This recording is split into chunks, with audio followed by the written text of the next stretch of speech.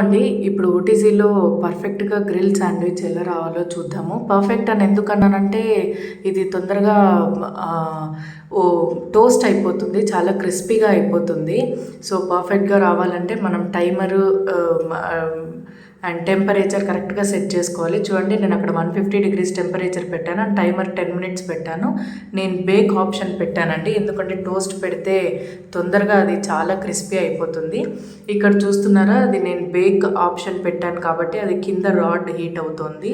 కింద rod heat అయితే అది నాకు ఇక్కడ 2 రాడ్స్ ఆప్షన్ లేదు. మీకు 2 రాడ్స్ ఆప్షన్ ఉంటే ఇంకా టైమర్ చాలా తక్కువ పెట్టుకోండి. 7 మినిట్స్ 6 మినిట్స్కే సరిపోతుంది.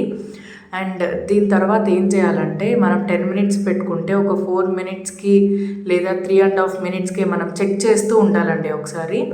అందుకే లేకపోతే తొందర టోస్ట్ అయిపోతుందని చెప్పాను కదా. ఇప్పుడు చూడండి కింద ఆల్రెడీ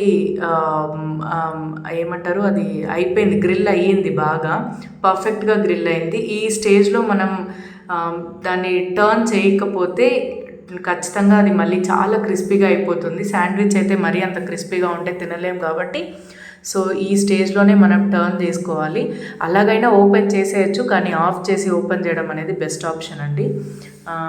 బట్ చాలా జాగ్రత్త, చాలా హీట్ ఎక్కువ ఉంటుంది అది ముట్టుకునేటప్పుడు, అంతా చాలా కేర్ఫుల్గా ఉండాలి. చూడండి చాలా పర్ఫెక్ట్గా గ్రిల్ అయిపోయింది. ఈ స్టేజ్లో మనం షిఫ్ట్ చేసేద్దాం, మొత్తం టర్న్ చేసేద్దాము. టర్న్ చేసిన తర్వాత సేమ్ అండి, మళ్ళీ ఇందాకట్లా 10 మినిట్స్ అవసరం లేదు. ఇప్పుడు ఒక 2 మినిట్స్ 2 to 3 మినిట్స్ అయినా కూడా సరిపోతుంది.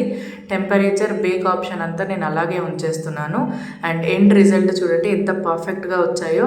సేమ్ గ్రిల్డ్ శాండ్విచ్ గ్రిల్ దాంట్లో చేస్తే ఎలా ఉంటుందో అలాగే ఉంటుంది. ఓవెన్లో ఇది ఓటీజీలో చేయాలంటే మాత్రం కంపల్సరీ మధ్యలో చెక్ చేసుకుంటూనే ఉండాలి మనం, లేకపోతే క్రిస్పీగా అయిపోయే ఛాన్స్ ఉంటుంది. ఇట్లా పర్ఫెక్ట్గా రావాలంటే టెంపరేచర్ అన్నీ ఇలా సెట్ చేసుకోవాలండి.